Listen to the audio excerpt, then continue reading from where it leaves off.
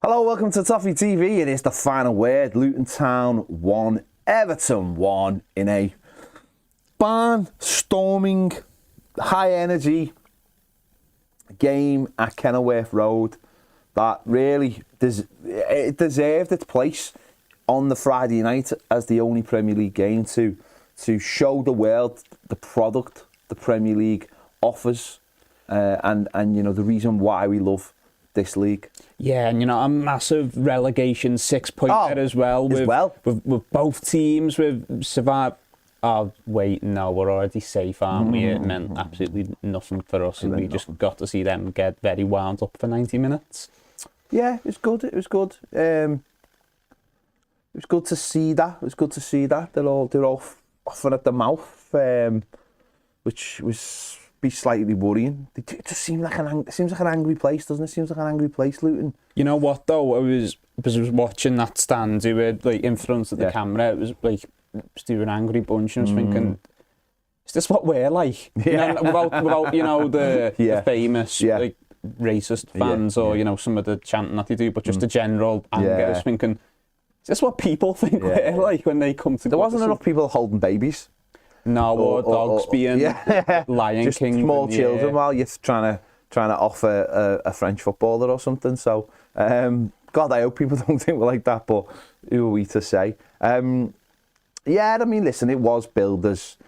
They knew exactly what they were trying to do. They hoped that I think Dominic Calvert-Lewin actually might have mentioned it on the TV before the game. I think he actually said, you all thought this was going to be the 6-pointer and you thought we were going to be down there. Well, sorry to disappoint you. I'm paraphrasing there, by the way. But he did basically say, sorry to disappoint you, but you haven't got what you wanted. And it's still weird that on Sky's graphic, even after the game, it says like the relegation fight, and it's still got us and Brentford on it. Like, not just the table, but the badges as well above it. Like, what are they waiting for? They're trying to ham it up, aren't they? They're trying to make it look bigger than it is, and it's very manufactured. Why are they arsed when they still got a title race? Like, why are you so bothered? Like, it's going to be final day numbers. It's going to be Burnley, Forest, or Luton. Two of those are going to go down. It can't be anybody else. Stop trying to claim that other people are in it when they're not. But we obviously went into this game very relaxed, and that makes it like difficult, doesn't it? Like, I was thinking about this game yesterday, and like when it was kicking off, I was like, I don't know how to feel about this game because obviously I don't want to lose. I never want to lose a game of football. I don't know how I'm going to feel because I haven't had that feeling for so long. And the last time I think I had that feeling, which was the Arsenal game a couple of years ago, I think I had a bit of a bad hangover from the day before anyway, so it didn't really matter. I'd gone out on the Saturday. So it was like, I didn't really bother. And I think yeah, it was just so it was a weird feeling going into this game. Just, you want to win, don't you? But you know that if you don't win, it's not the end of the world. No, of course. You just try and judge it for what it is, don't you? And, you know, that's what we'll do today. Yeah. You can look at the game and analyse it, and, you know, you can look at common denominators where, okay, this thing that we've struggled with in 30 other games this season, this thing that we've done well all season, so you can look with things like that. But ultimately, there wasn't that frantic checking of the Premier League table once the final whistle had gone and going, oh, well, okay, well, if we get these points in these games and these don't win, and none of it mattered for us. Well, we went strong. We went our strongest team that we've got at the moment, and obviously the full-backs aren't the number one full-back, so obviously that's a weakness straight away. But the rest of the team is probably as strong as we can be, or certainly coming off the back of the 3 wins. Dominic Calvert-Lewin back on the side, which was good to see. And it was a strong bench as well, with the likes of Dobbin coming back and the likes of Sheamus Coleman coming back, and you know, Betto, Danjuma's in there as well. It was a good, strong attacking bench as well, to be honest. So obviously, Sean Dyche, and I'm glad of this. Sean Dyche is got that reputation to still, you know, keep where he's like he said after the game, who would you prefer? You know, your Burnley thing seems like, well, no one cared about us, so why should we care about anyone else? Whatever happens, happens. And I think he did the right thing again in this game. He's gone the strongest. I spoke about this before the game about keeping you know, having your own respect going into a fixture like this. It does affect the league title, and it would be wrong to go, oh, we're just going to play a bunch of kids. Plus a bunch of kids, we haven't got a bunch of kids, but a bunch of kids wouldn't cope with that kind of pressure either. So it was important, it was strong. And Tarkowski, who's just become a father in the last couple of days and things like that, it was important they played, and it's important we finish the season strong and finish as high as we can. So I was glad that we started strong, and they obviously had a Bayou back playing up front for them, he was a real threat when we played them at Goodison. Yeah, it was good that we went with a strong team. Yeah, definitely, because you see the play the kid shouts, and obviously people have their preference over who gets relegated out of the three. Personally, I don't really care, but I think even if you are invested in that, there's no point trying to meddle. Whatever happens will happen. The worst teams will go down at the end of the day. Yeah. And whoever stays up isn't going to do great next season regardless, I don't think. So we'll still have them to count on to try and prop us up the league table next year. And yeah, you just want to finish as strong as possible, don't you? You want as many points on the board because you want as much momentum going into next season, and, you know, more points on the table, more points for us to go at the end of the year. Well, actually, we'd be here in the league table. I think with our points added back, we could probably get as high as 11th in retrospect. Obviously, we wouldn't actually be there, but we could say that's what this team's capable of, and be able to give these players some credit if they do hit those heights, because that's far above where we have been in recent years. Yeah. And the disappointing thing just without skipping ahead to it, you want to keep that. And the only thing I was a little bit disappointed by the result in the end was, number one was we could have got 50 points, like, you know, all in, which would have been nice to get 50 points, and Jordan Pickford missing out on the opportunity of going for the Golden Glove, which was obviously settled last night as well. That would have been a nice thing, not just as for him. That would have been an all-round sort of appreciation of the defence this season as well, and how well they've done. So it's a bit disappointing that we missed out of them. But listen, how nice is it though that they're our biggest problem at the moment? Yeah, that's it. It would have been, would have been nice to just hit those. Sometimes you just want little landmarks to hit at the end of the season, and coming off it, it would have been just nice to do that. But we started slow, I would say. We let them have the ball early on, and, you know, they didn't really do anything. We started really with, obviously you could see straight away, as I said before, you could see them. You could, the atmosphere. This was the game that they probably always put a lot of their hopes on, and obviously that's why it was moved for TV. Thinking, you know, get it done on the Friday night, good atmosphere. Everton fans will play their part. It'll be a nervy game, and last night it was still the same case for them. They were looking at it the same way. The only difference is Everton are safe. So does that give them a better chance or a worse chance? Will Everton come relaxed? Will Everton become too relaxed? Will Everton be on the beach? So they were well up for it, and obviously wanted to go for it straight away. And, you know, nothing really come of it, did it? They just, you know, it was all just huff and puff, because they haven't really. I mean, this is the thing about Luton, is they haven't really got a very good team. They're not like, it's all heart. The atmosphere was very much one of a fourth round of the FA Cup, or a fifth round of the FA Cup, Premier League team versus a lower league team, or a Carabao Cup. It had that feeling to it of, you could see one team, not miles better than the other, but just had slightly better players. And the other one was all drive and all heart, and was pushed on by the fan base. And if the slightly better team could just calm down a little bit, they could get a grip on the game. And I thought after about 15, 20 minutes, we did get that grip on the game, and we started to just pass it around and not going long. Just it was some really nice football on the floor.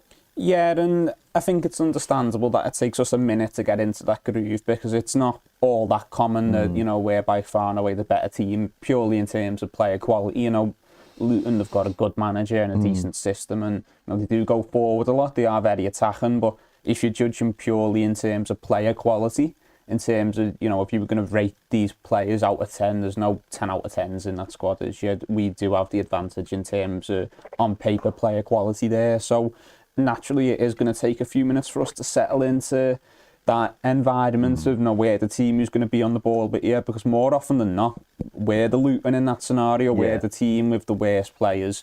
We've just got to, we've got to want it more than them, got to work harder and be organised, and they're going to try and move it about, and we're not going to care for that. So you take a few minutes to get adjusted to that. And then you're right, because we did have a nice spell just before the goal. We did, and that was the thing. I mean, I thought we settled down really well, and we started playing some good football. It wasn't we were mixing it up. We were playing it out from the back. We were playing through the pitch, and I thought we really settled into the game. But you know, for us, it was very unusual that we scored when we were at our best in the game. You know, you always look at games, always look at away games, certainly, and you think you have to score when you're on top. And that's what we did. We got ahead. I mean, I won't skip straight to it at the moment, but just before we got the penalty, we had another the first penalty shout of the day. Dwight McNeil dribbles into the box. The player looks like he stands on his foot. Now the question is there enough contact there to bring someone down? I mean, how did you see that one? I thought it was a penalty, personally. It's not just Everton bias. I just think naturally if you come across a player and you come across the front of his foot, that is a motion where he would go down that regard. It does go down a little bit dramatically and unusually, but I do think that action tends to send the player to the ground. I'm quite up. I don't know where you are with these, but over the last week or so, we've had a lot of chat about penalties, certainly the ones for Forest against us. And there's been other ones as well that have been put out there. And the bar's been set quite high, apparently. That's what they're looking at now in terms of penalties, which is weird because I've seen some of the ones against us this season now. But I quite like the idea of a penalty like that, and like the one against us against Forest, where I do look at them and go, the referees had a good look at that. And the VAR isn't going to change it because it isn't a glaring and an obvious error. The referees looked at it, made a decision, and he thinks, no, I'm all right with this. And we saw that with the Forest ones. We've seen that in other high-profile games in the Premier League. And I don't know where you are, but I'm all right with that. I think. I mean, maybe if. Maybe, I don't know, maybe if the result was slightly different, I might feel like that. But I looked at that one and I was like, that's 50-50 for me. He has put his foot in, but again, I don't know whether it is or not. I don't know whether I think that was a penalty against us. But no, you thought it was a penalty, but what do you feel about the actual VAR situation there? Do you think that's one where if we are going to have that consistency every week of there's a high bar and the referee's it's going to be left to the referee. Would you rather see that, or would you rather see every decision like that go to VAR and they make the ultimate decision? I think Everton should be checked by VAR just as a general principle, and that's purely because of the quality of these referees in the league. And which they are. Everything is checked, by the way. So that's something that, I think should stay. I don't mind the general idea of clear and obvious if the ref's seen it. Yeah. We'll stick with it. It's only if he's made a real howler we correct it, but there has to be a consistency there that I don't think we get from these referees. If that's the rule and that's implemented perfectly and, there's never any falter from that, fair enough. I don't mind the idea of, okay, it's a foul in the box, but it wasn't a goal-scoring opportunity, not being a penalty either. But again, that needs to be consistent. See, we will always jump to what we see is because it's our team, always. But, I think going back to Spurs and Arsenal last week, where the penalty at Tottenham went to VAR. It was a clear, obvious error. The referee got it completely wrong. I looked at that one last night, and I've looked at it, like I certainly go back to the Forest ones, and I do think they are so subjective that I just don't think, really, for me anyway, and other people have different opinions. But I looked at that, and I in real time when I was watching it, I was never convinced it was a penalty. even though it's my team and maybe I should, I was never convinced. And I know other people have different opinions. Other people think it was Stonewall. I was just never convinced in real time. And I think, well, if I'm not convinced in real time and I'm an Evertonian, and the referee is convinced it's not, then the VAR are just going to go with it. And if we do keep that threshold, then I'm all right with that, because I do think that's a good place to be. Whether that's the bar or whether I don't know. It is a difficult one, because some people go, well, no, it is a penalty. They think it's a penalty, and if it is a penalty, then VAR must change it no matter what. It's a strange one, because if he gives a penalty there, VAR aren't overturning that, are they? So that's that weird little grey area, that blind spot, isn't it? And I appreciate what you're saying about you didn't think it was a penalty in real time, but you've got a different view to the referee. Does he's on the pitch looking at it square on, you're viewing it at an angle from the screen, face down. I think you can never really tell in real time. You always need that replay, and you need the angles. And that's what VAR is there for. It's for the angles, isn't it, to see. But I just thought it. But I'm not convinced now it's a penalty. Fair enough. And I've seen it loads of times. I just looked at it and I'm just not convinced. The way I always look at it is, if it had been in the other box, would I have gone, that's a penalty? And I'm just not the first Forest one, I thought wasn't, and the second foul on the Forest one, I thought was.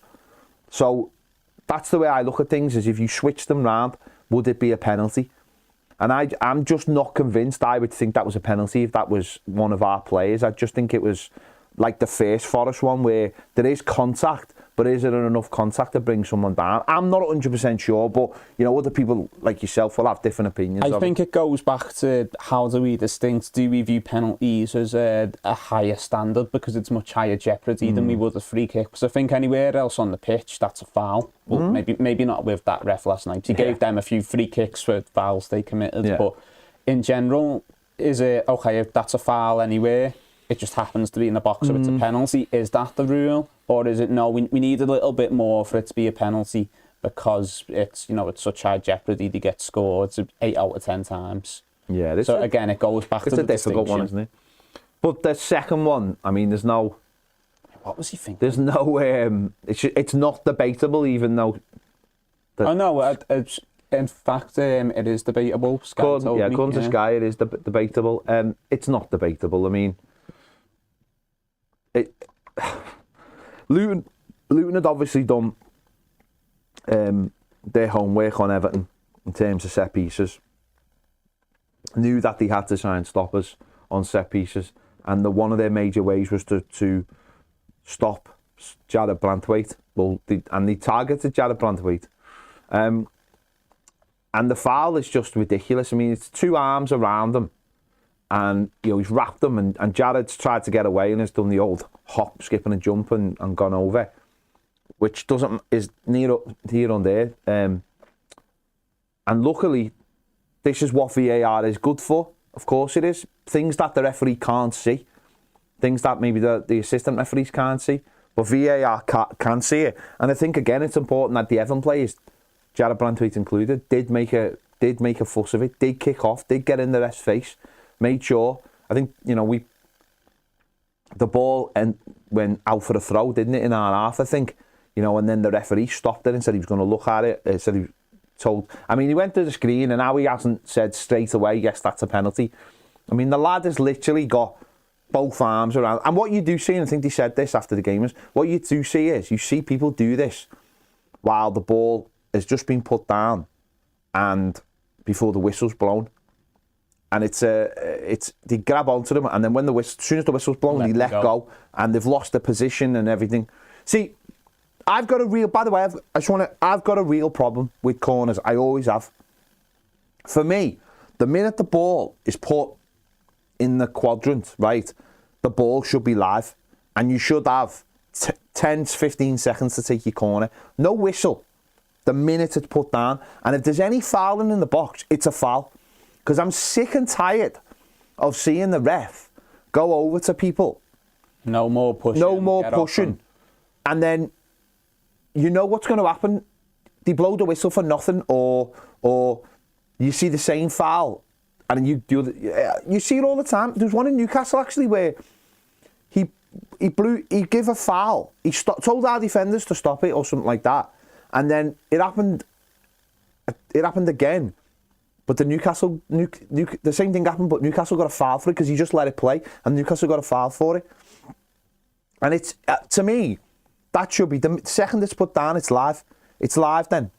And that would get rid of all that, because the minute it's live, you can't touch anybody, you can't push and shove, or because the referee can then give a foul. He can't give a foul if the ball he hasn't blown his whistle or whatever. But honestly, they need to change that rule. It's ridiculous. It's absolutely ridiculous. And it would stop anything like this. It would stop the idea of holding and grabbing and tussling, because everyone would know that you can be sent off. I mean, half of the work is done before the whistle is blown to try and just stop people from making their runs or having to reset and all that kind of, set pieces are, with obviously, because Arsenal top of the league and they're using set pieces and we're down, that we're like a story because of the points deduction and we've scored most of our goals. Set pieces are getting talked about quite a lot now, and everyone's focusing on them and looking at the runs and the block offs and how long they're taking and everything. Yeah, and the set piece coaches and all this kind of thing, and it's become a really big topic.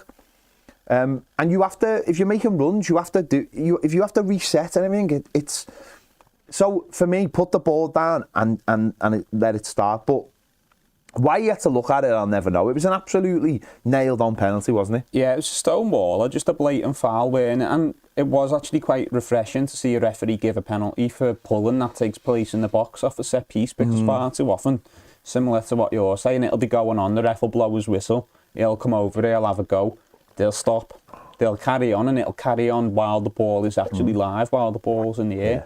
There was one in the second half where there was a bit of pushing and pulling going on, and we take our corner, and mile to mid-flight, he blows the whistle and goes, no, take it again. There's pushing going on, there's pulling.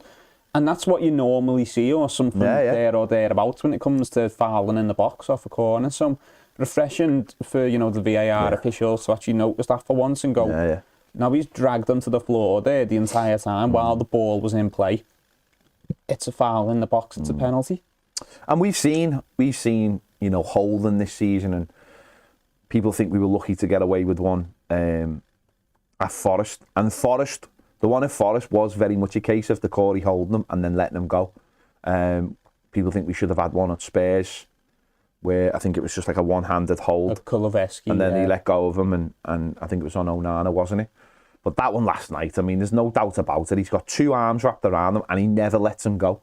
And that's the thing, he never lets him go. He stops his run, and the way we do it, getting 2 men at the back post, it was a nailed on penalty, and it was nice to see it given for once. And Ashley Young has holded the ball, and I noticed this in the game in the derby when we got the penalty, and Dwight McNeil had the ball, and obviously no one got to take it because the penalty was disallowed. But Ashley Young shot the ball, and he looks like I don't know whether it was something that they'd thought about before the game, or something that just he decided to do because he was getting loads of stick.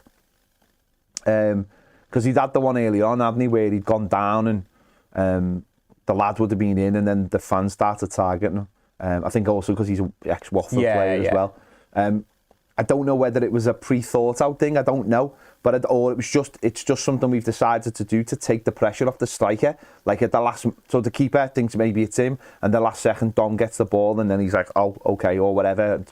I think it's so you've got no one putting words in the penalty taker's ear while they're holding the ball, while they're getting ready as well. So you do see so much of it. You see Ben White doing it the other day, having mess about, and you've seen the Tottenham players gathering round Son to stop them, Bellingham against Kane. But you see every time there's a penalty, we always go on about Heisinger and his nudge to Ashley Cole. It's gamesmanship, isn't it? And I think it's just to get around that more than anything. Yeah, but Dom obviously got it, spotted it, and put it right down the middle. And the goal, again, very much like the Newcastle save, the goalie gets something. The goalie gets something on it. Dives, but then his leg sort of just goes between them and it goes in, and that's all that matters. And we're 1-0 up, and we had scored when we should have, when we were playing our best football. But then, then we just, when we're 1-0 up, and just keep doing what you're doing. But we didn't. We dropped off. We did what we I don't know we've done this really under Sean Dyche away from home. I think when we've gone 1-0 up, and it feels a long time since we won 1-0 up away from home under Sean Dyche, but normally we keep at it, and we didn't, and we should have known for the next 10 minutes or whatever, or even getting to half time, it was going to be backs to the wall, just do what you need to do, go long, and we didn't. We got sloppy, and their goal, it comes from, I think a ball goes wide and Jack Harrison gets it. And he actually has 2 opportunities to get it away.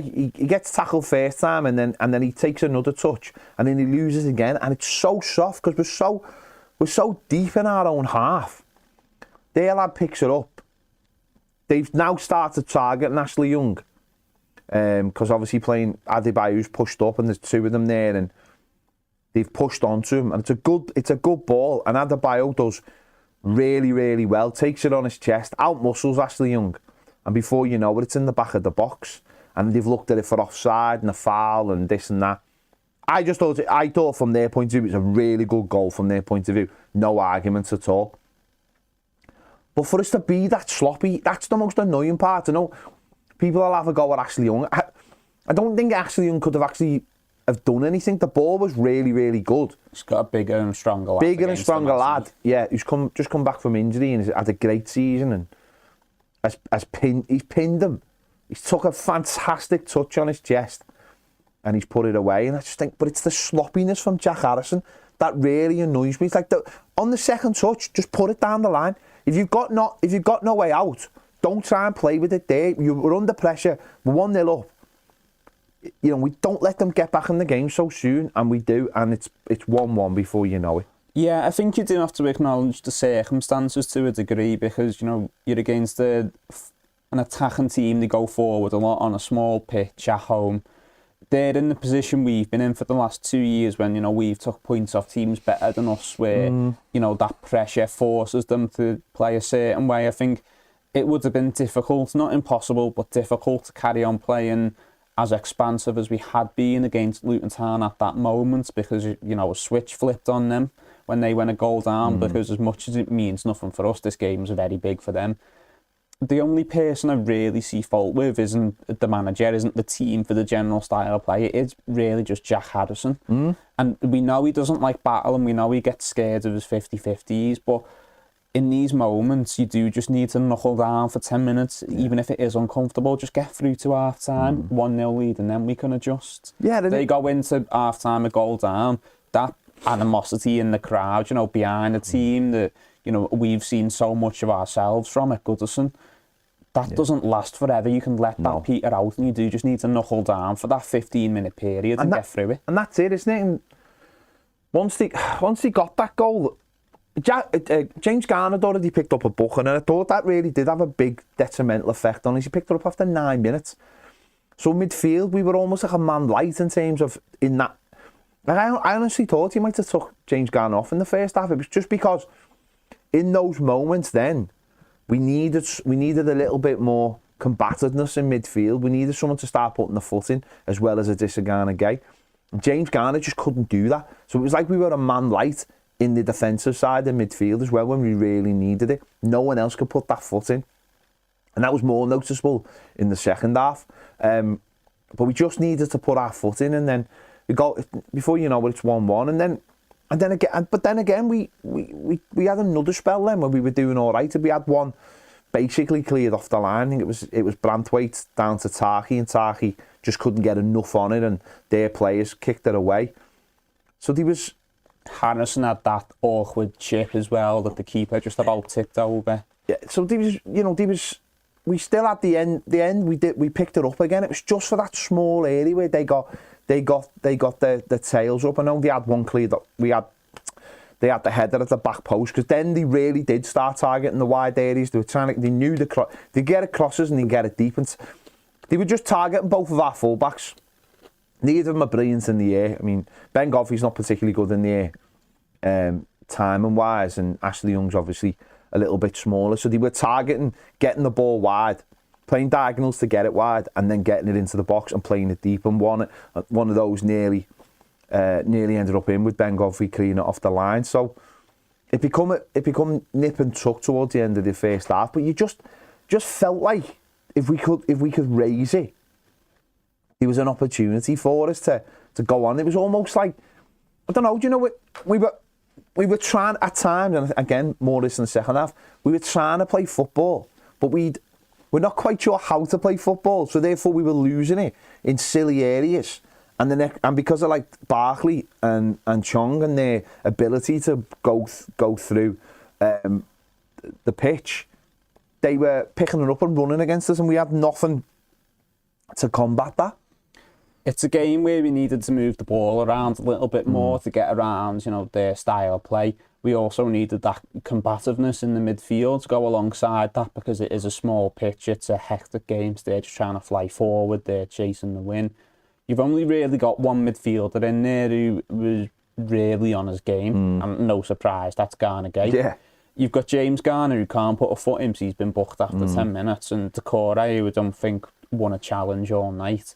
Onana came on and was poor as well, by the way. But I think Garner and Decore had both been poor as well. And it's difficult circumstances, I understand that. But you do need a real jack-of-all-trades midfield performance in a game like that, because you need that combativeness to stop them flying forward. They build so much through the middle, and then you can do that big switch to, what essentially strikers playing as wingers to prey on our full-backs.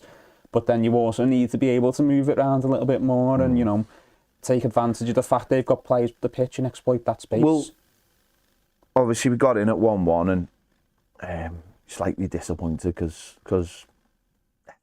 they're a better team. You can see they're a better team. Don't get me wrong, not miles better, but you can see we're a better side. And for one moment of just stupidity from Jack Harrison leading to that goal, but come out second half and they had their tails up straight. They knew it was a game that they targeted to win. And we come out, we were pretty flat. And then Adissa Garner-Gay got booked on the 53rd minute. So therefore now you've got Adissa Garner-Gay and James Garner booked. And essentially that just eliminates your midfield. And the manager reacted by making a couple of subs. But I just think they were the wrong subs. He obviously brought on Andre Gomez for Decore and he brought Onana on for Garner. But I'd have took James Garner off, and I'd have brought on a forward at that stage. I'd have brought on Betto or Schmitty to play up front with Dom, and I would have just said, let's bypass the midfield completely and let's start holding the ball up and then getting runners. I would have dropped Decore a little bit deeper, because I think in the last few games he's done well a little bit deeper in midfield.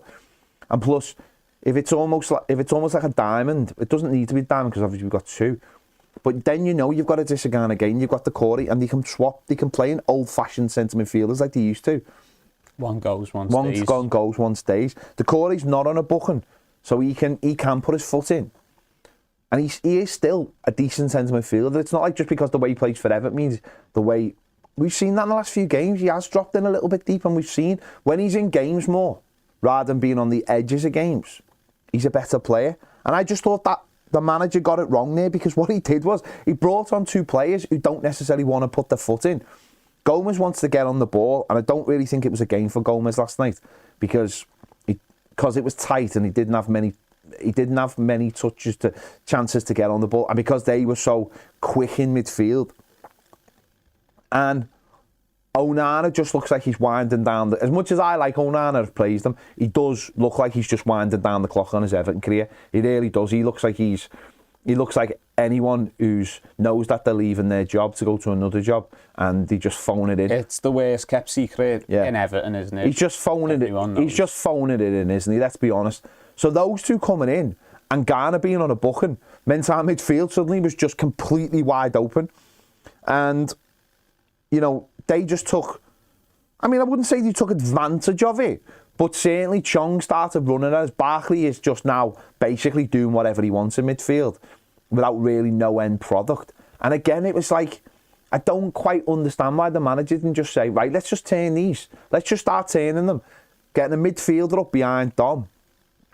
And whether it be Betto and Schmitty, and I'd actually would have brought Schmitty on at that point, not Betto. And just said, right, let's just start turning these. and change the way the game was. It doesn't matter the style. Just change the momentum of the game, because at that point it was like, if anyone's going to win this game, it's going to be Luton. And why not? Why not do that? Because as I said, the midfield at that point were just so wide open. Yeah, well, we'd seen Tom on a couple of occasions, a ball over the top, and he'd do really well and bring it down, and he'd have the opportunity to do something with it, but once again, he just doesn't have the runners around him.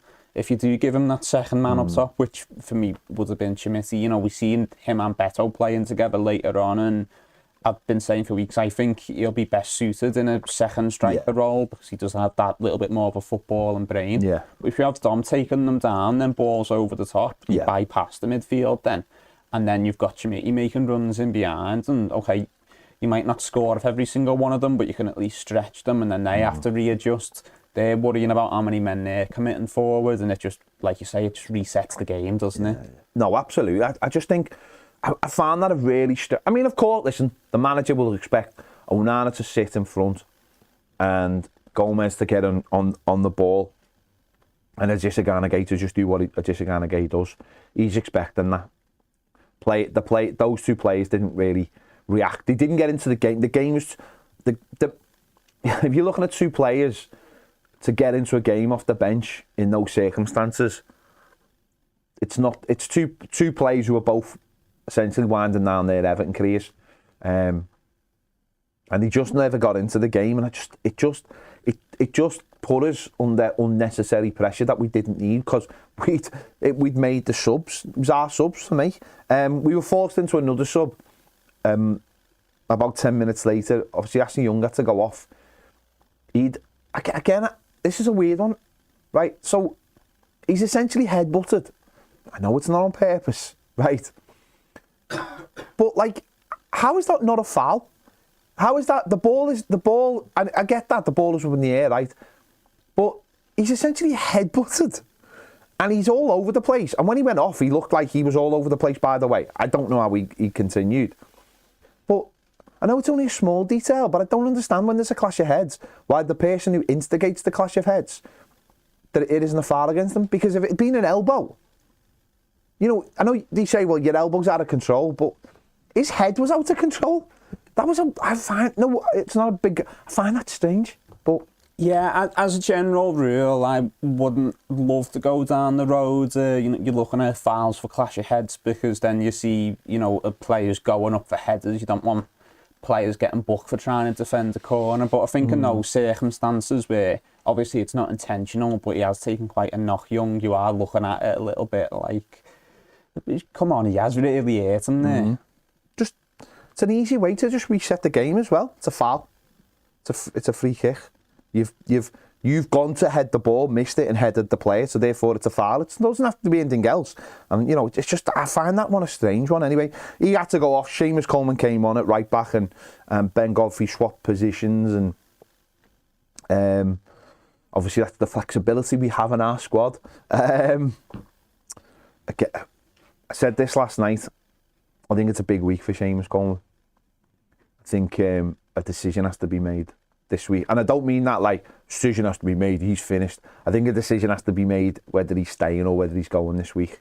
I'm sure that decision's already been made, and I'm sure Sheamus Coleman has made that decision himself, but a decision needs to be made on that, because I think for his sake, fans deserve to know if he's going to sign a contract or not, so that he can get the send-off he deserves. The send-off he deserves on Saturday against Sheffield United. I think I've watched him in the last few weeks coming back from injury, and I wouldn't be shocked if he calls it a day. No, he's obviously struggling, isn't he? And still performs as a player, but your body can only take so much. And even the last few years, he's took some bad knocks, and then you go a bit further back in the leg break, and he's done well to continue for so long after that as well. But I don't think his reasons for staying on as long as he have necessarily been because he feels he has more to give this football club. I think he's felt that he can't walk away with, the state we were in. He didn't want to leave us while we were struggling so much. He didn't want to leave us while we had no leaders either. But I think he can take something in the fact that, we've been safe with time to spare this year. hopefully it'll be the same again next year. You can only hope. And he's found someone who he feels can replace him. And that's James Tarkowski, and someone who can, be the real club captain now and lead the club in the same way Sheamus has, because Sheamus is everything you want from a captain. He loves the club, he gets it, he's passionate about the game. He came on last night, and the first thing he started scrapping and pulling and getting amongst it. Tarky is exactly the same, and he's someone that we can absolutely put our faith in to be our full-time absolute captain. Got Pickford as well, and others who've been at the club for a while who can have their say, but Tarkowski can be our captain now. Coleman doesn't have to worry about this club needs me as a leader. Yeah. The only reason I say that genuinely is it's not like he came on and I was like, oh God, he's terrible. I just looked at his face, and at times I was thinking, he looks worried. Like he looks like he looks. I might be talking nonsense, but he just looked a little bit like, can I keep doing this? He's had injuries and stuff. Can I keep doing this? And by no means did he have a bad game when he came on, by the way. But I just looked at him and think, can I keep doing this? Can I keep offering something? Can I do this for another year? What am I offering? I'm getting a lot out of his face here, by the way. But he told you personally. No, I just got that feeling last night. I just looked at him and just thought. I mean, it would only be natural, wouldn't it, when you've been through as many injuries and you're at that age of your career as well. It's a whole year, isn't it? It's a whole year of your life where you've got to do it again. You've got to come back to pre-season. What can I offer? Am I doing this for selfish reasons? Am I doing this for my own reasons? And Sheamus Coleman's definitely not that kind of person. Am I stopping somebody? Am I taking up a place? What am I offering? Do I want to sit on the bench? Leighton Baines knew, even though we all thought, it's like a good show finishing at the right time, isn't it? So like, when you go, oh, it's perfect, I don't need that third season, it's perfect. It might be the perfect time for Sheamus to go. We'll wait and see. But it'd be nice to get a decision this week. But as I said, we brought on Betto and Chitir, and I thought without the two of them offering loads, we got foothold back in the game. It allowed us to get up the pitch. It allowed us to play long and connect. And as you said before, Chitir started to get the second balls, and that's where I think it would have been nice to see him play with Dom. Betto had a couple of moments where you just think, bit more calmness, could have done a lot better, but he went down in the box as well. What did you think about that one? Not a penalty. That went down far too softly for me, and I do think he's gotten a little bit of a reputation for doing that, Betto, to be honest, because he doesn't get anything.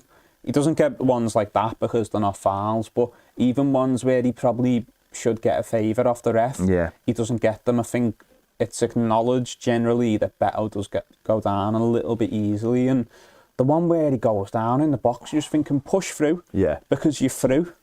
Just keep going.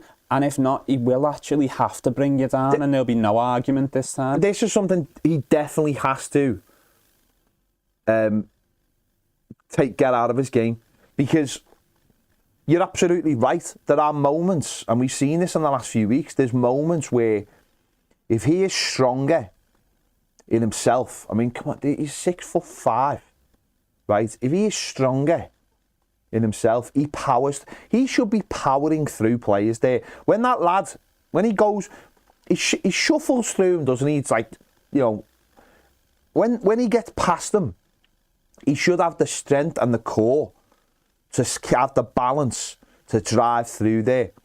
But you just think that because he might feel like he hasn't got control of the ball or whatever, that he has to throw himself down. And we've seen this quite a lot with him. And I'm not saying he's a diver per se. I just think that it's part of his game that he needs to, maybe in Italy, he thought he had to do it or whatever to get penalties. But I think in this country, he has to, in pre-season, I think they have to try and start building something onto that frame to make him a really powerful, because the frame's there. He could be a really powerful centre forward if they do the right training with him.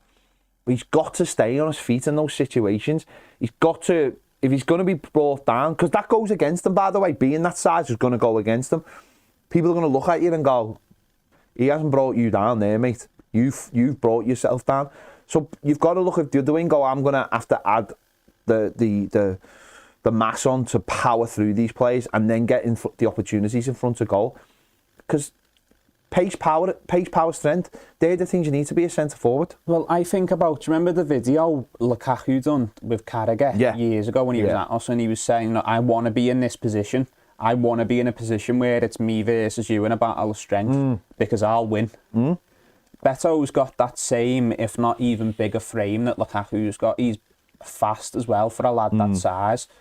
I think a big part of it is mentality. I know he's not technically brilliant, but I don't think his technical ability really comes into it here.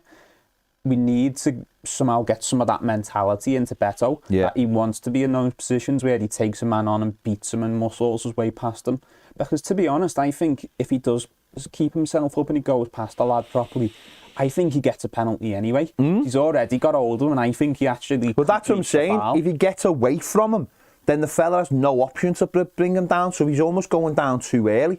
The lad will grab hold of him or whatever, or then at least he's in front of goal. And I think that's something he's got to learn. We've seen, and it's not the first time. I'm not picking on him for one instance. This is something he has to improve on if he wants to be a Premier League striker. You have to stay on your feet, and you have to learn when to go down and when not to go down. That's the great art of being a centre forward in the Premier League, of understanding when to take that opportunity. But if you want to score goals, you have to stay on your feet. Your first thought as a centre forward, the first thought anyone should have is, why would he go down? But I think Betto makes that decision far too obvious for people at times, where he goes, no, I'd rather go down than get the penalty. I'd rather go down and get the penalty than get the shot. And I think he has to get better at that if he wants to start. There was a little sort of discussion, because I wouldn't say it was an argument, I'll play Betto over Dom. There's not a chance on earth I would play Betto over Dom. Dom is so much better than him. So much better than him. Last night, take Dom's goal out of it, the penalty he scored out of it. Just judge the two performances. Dom showed that he has that refinement over Betto in every category. He's not as big, he's not as strong, and he's not as direct, so he might not get you off your seat as much. But as an intelligent centre forward, it's night and day. And I like Betto. I do think he's got something to offer. But when you're talking about a complete centre forward who you can trust in a game, Betto doesn't have that yet. Well, let's have a little look at Dom's numbers from last night. Touches 35, 1 goal. Dribbles 2 out of 5. Shots on target 2, and duels won 8 out of 22. And obviously, the duels don't look brilliant, but it's not just put it back on a minute, Ned, so I can just look at the heat map. But you can see a low look at the work just outside the box that he's doing. He was on his own again, and again an intelligent performance. An intelligent performance. I thought the amount of times that he did win it, and there was no one to take it off him. You can knock that off now, Ned. The amount of times that he won the ball and there was no one there, or a lot of the times, we've seen that against Liverpool as well. It's not about the duels you win, it's about the amount of times you force the defender to put the ball where he doesn't want to put it.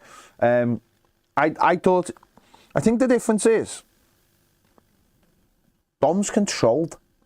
It's a controlled performance. You know what you're getting from him. I feel sorry for all our centre forwards. I say it every week, doesn't matter whether it's Dom, Betto, Schmidt last week. They're always isolated. But if they're going to be isolated, you need someone who can keep the ball. And Dom, for the large part, keeps the ball. And I think that his performances in the last couple of weeks have all been really good and backed up with goals as well. 4 in 5. And sadly, Betto just doesn't have that. So those two, I thought Schmidt dropped into some nice areas, but when he picked up the ball, and some good that is, I think he got the ball on the right, and he should have just put it across, and he didn't, and he come back, and I think that's just experience, that side of things, that's games, that's understanding what you need to do in the moment, that's getting with their positions he'll take up when he plays, say, 21's football. where he'll just have the power to steam past that player. But in the Premier League, it's a completely different scenario. And it's what happens when you can't power past them and you have to check back. If you've got the ability to keep the ball, just knock it back to someone and get into the box. Those parts of his games aren't there. But he looks measured. He's still showing for the ball in areas our other strikers don't typically operate in as well. And, you know, he's got ideas of what he wants to do with it. And I just think there's a little bit more busyness about Chitir in terms of how he moves across that box. Even with his back to goal, he wants to pick up the ball in certain areas and do a bit more than just be a penalty box striker. And that's why I keep saying, I think him and Dom as a front two for Sheffield United, I think they could have a lot of success together. Yeah, it would be interesting to see whether we did something like that, because obviously there'd be nothing on that game for anyone, so the manager can do what he wants next week. He really can, because in respect of it, there's no issue with it. But put Michael Keane up front. He could if he wanted to, you know. But I thought just bringing those two players on did shift the game, and suddenly it opened it up. And we did have a couple of opportunities. Obviously, Dom, before he went off, had the header, which their keeper made a decent save from. You just wonder in those moments whether Dom, he did one against Liverpool and he did one last night, and I'm not taking anything away from him, but you do just wonder. It's a brilliant leap, but you do wonder if he could power them down, if he could get just a bit more angle on it and get it down rather than putting it high in a place where a goalkeeper is expected to save it. You just wonder if he could get it a little bit lower, whether he'd score a few more goals from them. But it was a decent save from the keeper. He'd think that with the power and how much he's jumped, he'll score. But we did peg them back, and they were getting rough around the edges. Then he made a few subs. Townsend had come on for Adebayo, and the game was there to be won really for us. And there was one moment where the momentum switched, and I think we had I think it was like a 5-on-4 or something like that, and Gomez had the ball. And he's got runners, 2 in front and 2 wide, I think it was. And I think he tried to slide one through to the play coming off the right. And it was such a bad ball. And they've picked it up, turned us. And now we've got people flying forward. And from then on, they penned us. There was 6 extra minutes, I think there was, wasn't there? They penned us in our own half then. And that's when it started becoming very uncomfortable. And it was just that one moment, and it really annoyed me. And I said last night, it doesn't matter whether it was an Everton game that meant everything, an Everton game that meant nothing, or a kids game. That kind of stuff really annoys me. You've got a chance to close out this game, and all you got to do is pick an option, and you find a defender, and it's so annoying. And from then on, they lived in our half. They had a couple of corners, then they had a free kick. I think it was given away by, was it Chitir? Absolutely stupid. We're clearing the ball, and he's jumping into someone. Wipes him out in an area where they're knocking on the door. I think we'd had one where they tried an overhead kick and it hit Jack Harrison, went out for another corner. We did add one where Pickford had to push it out for a corner, which I'll be honest, I didn't understand why Pickford couldn't have just grabbed hold of that. But anyway, maybe the bounce or something. And it was just self-inflicted. It was. It's not even necessarily the pass by Gomez, is it? It's the lack of awareness. The one thing we don't do here is throw the dog a bone, because these are operating off pure desperation and hope to survive. We know that well enough. We've been there ourselves recently. If you give them a chance to think, oh, it's late, we can nick a winner at home, set piece, let's get a goal and the roof comes off this place. Yeah. You just avoid. They were sending the goalie up at 1-1. You know, they wanted to win. They had no other thought of anything. It wasn't, we'll take a point and we'll get on the same points as Forest. They were like, we need this win today. Exactly, but they're in a situation where they have to operate in that space. We didn't need to get down in the muds with them and have a little scrap. It could have been avoided, and that's the frustrating thing, not even necessarily the technique of the pass itself. No, as I said, I'm not sitting here being like, it's just they're the moments, aren't they? I know the game never meant anything to us in terms of where but you still want to win a game of football, and that's so frustrating that. It's so nothing else annoyed me. Like, you know, doesn't matter about the game. I'm watching the game just being like chilled out. But that one moment is just like, we can put this to, we can, because as I said earlier, it did feel like that. It did feel like a cup game where all you're thinking is, if someone could just put their foot on the ball and play and settle this game down, we'll be fine. And when we scored in the first half, that's what we did. And in that little moment there, we took the game back and we started playing simple football. And we stopped them doing what we wanted to do. And in that one moment, the whole thing shifted. And as I said, we Pickford had to make a save, a block by Harrison. And it's come down to another corner, I think it was, wasn't it? Balls pinballing around. I think it fell to Townsend on the edge of the area. And he's hit one. And it's going towards goal. And Branthwaite just gets a touch. It knocks it out. Sheamus is behind him. But who knows? Who knows? And Branthwaite celebrated it like he celebrated scoring a goal. He knows he's just got Everton a point.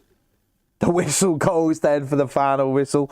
The players didn't seem to be aware of that either. No, I did, because it was the old 3 blows, wasn't it? It was the... Yeah.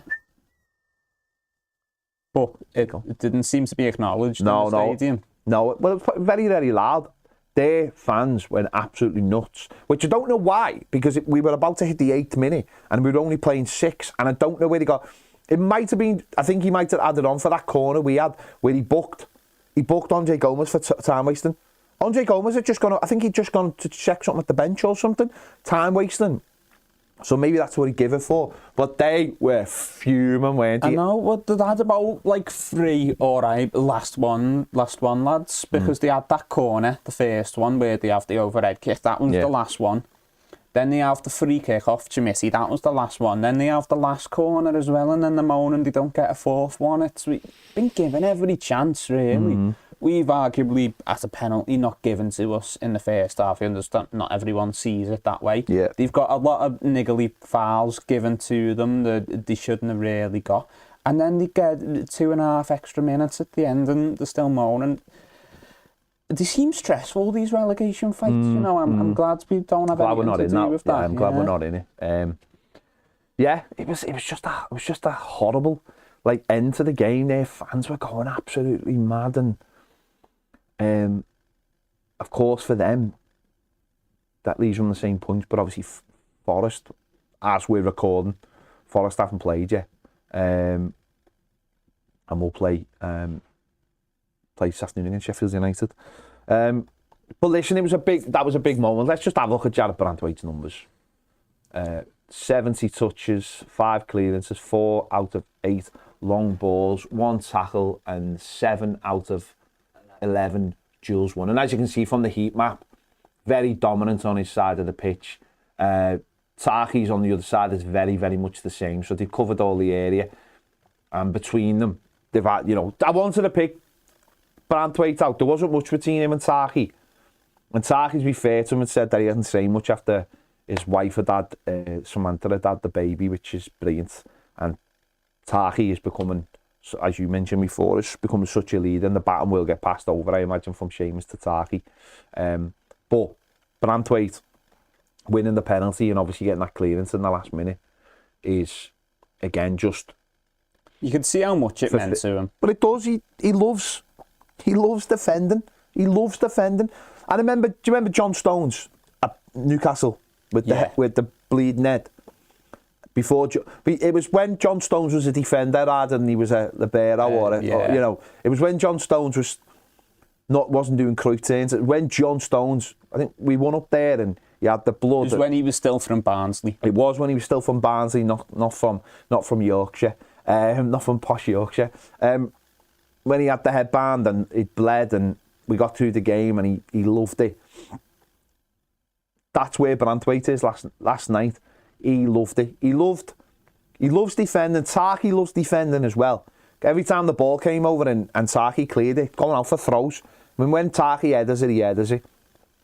And he stepped up last night again under aerial pressure, and they both had a really solid game. Branthwaite again.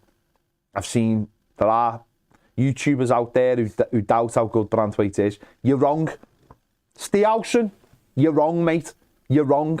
But I hope your football club has the same mindset, because this lad is tremendous and will go, sadly, right to the top, because he's just brilliant. But not only is he brilliant, he has the right attitude. He wants to defend. He doesn't get above his station. He wants to defend. And in the last minute of a game, that's hugely important. Yeah, it's massive, isn't it? And it's, not to go all back in my day on everyone, but it is refreshing in the modern age to see a centre-half who's about defending, he, just wants to win headers and put in blocks and win tackles. And, obviously he is good on the ball as well, and that is something you need in your team. But first and foremost, we've got two lads who just want to win every ball. And that's a massive part of how we play. It's been a massive part of our success this season, if you can call it success. And it is a shame that even if he doesn't leave in the summer, one day he is going to leave, because he's someone that you'd absolutely love to build this team around. I really hope, and again, I can't sit here with any confidence, but I'd really hope that we can get another year out of him, because he would actually benefit from another year at Everton as a footballer, I believe. Everton would obviously massively benefit from him being here another year. And it's so... Football, we know where we are as a football club. Let's not be, stupid. We know where we are as a football club. But we have a lot of young fans. We have older fans, obviously. But those younger fans need players to look up to, players to aspire to, players to dream about being on when they're, I'm going to be Branthwaite today, whatever. And it's so refreshing when you've got a defender to do that for. Someone that represents you on the football pitch. It's so important in football. Someone to have someone that, your heroes. And Branthwaite can be that kid, can't he? Given the number 5 shirt, and that kit would sell loads, I think. And the club where it is right now, obviously we'd have to sell him, you'd imagine, this summer. But again, you're gonna undersell him. You're gonna sell him for less than he is. Now, of course, we've got him a new contract, so it's not gonna be a low amount. But we're still not gonna be. It's not gonna be an amount that could maybe change our fortunes either as a football club. It's going to keep the wolves from the door, and that's the most annoying thing. It's that thing again of going, it's selling a player and going, well, actually we can't actually do anything. Keep the lights on. Well, yeah, we're not going to do anything with this money. This is to keep the lights on, And it's so annoying that one more year you could see him playing. When we go into the new stadium and everything, and things naturally, hopefully, should turn a corner, because we're bringing more money into the club and stuff. And if we have to, but also though, he's class. So you're selling a player going into another season where you're gonna have to restructure most of the team, a lot of the team anyway, or the squad, and you're losing one of the major reasons of why you've done all right and you've had a good defensive record. And Everton have to work around, for me, and there's a shortcut, isn't it, to try and get in the money, and that's sell Branthwaite, sell Onana. Everton have to be very clever and somehow go, right, how can we get round that? How can we keep Branthwaite at this football club and do everything else to stave off? Yeah, if we understand the realities, don't we? But if there's a way to keep our heads above the water and not sell Branthwaite, we look into it, because the kid's class, and it's not all that often Everton has one of the best young players in their position in the world, and it's a shame that, look, when you get these players and you're not at the top, they are going to leave eventually. We knew it with Stones, we knew it was going to happen with Lukaku eventually, but we knew we were going to get money for them and it was going to be spent on the team. It's not going to be the case this time, but still, hopefully we get as much as we possibly can for them. Well, when we sold, don't get me wrong, when we sold other players, the finances obviously always come into it. But this time I genuinely do, when we sold John Stones, it was the right time for John Stones, and he went to a club where it was the right time for the club, and he went straight into the team, and he's never looked back. He probably doesn't even remember playing for Everton. When we sold Lukaku, we never matched his ambition. He gave us plenty of time. Really. We never matched his ambition, and that's what happens. This one, it just feels like we could definitely... it feels like him going somewhere else. If he went to Man United, let's just say, even though some of their fans don't want him because they believe he's overrated, you'd think, okay, you probably would play, but you're going to be part of a team that is going to take 3 years to do anything. And actually, there's no guarantees it will do anything. You go to if you go to City, you're not getting in that team. So you might have to sit on the bench. And is that stopping your development? Whereas development could be at Everton for another year. The ideal solution could be City could give us 80 million for him and lend them back for a year. Maybe. Imagine. I don't know how people would feel about something like that, but maybe that'd be the best of both worlds, rather than sitting on the bench. But I don't know. That would never happen because Pep would go, no, I think I'd rather have you training with me every day than training with Sean Dyche every day. I've got some things to teach you. I've got these some things. But no, obviously if we can find a way to keep him and it not hurt the club financially, I think that is what we need to put to him and say, look, obviously you'll go to somewhere great. You could go to Man United and they're a much better team than us, but if you give it a year, you can probably go to Real Madrid. Yeah. And, you've only played one full year of English football. Yeah. Do another one, just, shore things up, get your grounding in life because you're still a young man. And then, go and be the best centre-half in the world for the next 10 years after that. And, we'll get some nice money for you. I've got no doubt that he can be one of the finest centre-backs in this country, without a doubt. Whether anyone's looking for... I mean, listen, if he did go to Real Madrid, I'd have no problem with that in a year or so. I really wouldn't. Real Madrid shirts off the H-gate would go through the roof in Merseyside, I imagine. But, yeah, I just somehow keep hold of him because you've got to have things that go the match, haven't you? You've got to have things that when you look at the team sheet, you go, that's all right. It's the Michael Keane thing, isn't it? Every time Michael Keane's, it's always been the way. Mostly Michael Keane's on the team sheet, and you go, fuck's sake, Michael Keane's on. And Michael Keane is Michael Keane, and I'm not digging him out there. But everyone knows what I'm talking about. It's that thing of looking at the team sheet and going, yeah, well, got him, and we'll be all right here. I honestly, it's reality. I understand it's reality, but we have to somehow get reality. You've got to weigh up how much we could lose if we don't have him as well, and it's the same thing, isn't it? That's the problem, though, Jack. I don't think we can do that, though. If the financial situation is that bad, I honestly think we have to weigh up whether we'll have a club, mate. I think that's the difficult part. That's the reality, mate, of it. Of like, I was talking to Baz about this last night, and that A word came in, and I went, well, we're not going to go because we've got Jared Branthwaite. Jared Branthwaite is literally the future of our football club, and I mean that in the whole sense of without being here, we'll sell him, and that'll get us through, the summer. And that's horrifying, isn't it? Isn't that horrifying that our club is in this position? I know, and what a shame as well. Normally, if you sell a player of that stature for that sort of money, it's okay. What comes next? What comes next here is we can actually pay some bills and and keep the lights on. A club that could finish with 48 real points this season. Is in this position, and I know Carragher and Neville were talking about it. I know Carragher done a piece about it yesterday, and to be fair, he was absolutely right what he said in the piece about why does it take an ex-Liverpool player? Why aren't ex-Everton players talking about this? Anyway, please don't sell him. Let's have a look at the stats from the game anyway.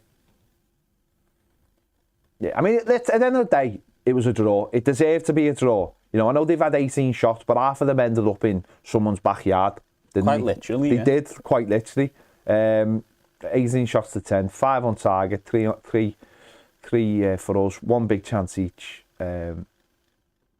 Possession says 50-50 there, but I've seen others that say 52-48. So a pretty even game. It was a draw, deserved to be a draw. We move on to the last home game on Saturday now against Sheffield United, which for both teams is a bit of a freebie. So we might see some kids maybe come off the bench or whatever. Who knows? Dan Juma might even get 2 minutes. that'll be the day. For the manager, he basically went, when we get Dan Juma back, oh, he's been dead unlucky, he was just coming into form. Okay, how come you haven't given him any minutes and he come back then? Is he just there to keep Jessica Gay happy? I think he's there as like his hype man. Yeah. Or something. I think that's it. I think it's, look at Dries said it, I know he wanted to move to Saudi Arabia, but we've kept your mate around for 6 months. We were going to get rid of him in January, but you said you liked him. Yeah. So we kept him. It's like, even got him fit for you. Yeah. I think that's all it is. Maybe. Fair play. Best friends for life. Best friends for life. And they've got the thing. Yeah, they've got the snake. And if you've got the and snake... I'm saying no more. Right, we are going to continue this on Toffee TV Premier, where we are live right now on a Saturday afternoon. Wow. We're just that committed. We're just that committed to having a free bank holiday. You don't need to know that bit. No, listen, I'm down. Listen, I'm with the audience. The audience want their free bank holiday as well. So, you know, we're just Saturday afternoon, chilling out, getting this done, and then we can enjoy the rest of our weekend. So, but we are going to continue over on Toffee TV Premier with some of your questions. So, if you want to become a Toffee TV Premier member, the link is in the description. The QR code's coming up now. Why not? For the price of a coffee for a month, you can join us and you can get merch discounts and join our Discord and all the other fun stuff. Our WhatsApp group, if you're into that kind of stuff, getting bombarded with messages night and day. Fair play. There you go. So why not? Thanks for watching. See you later.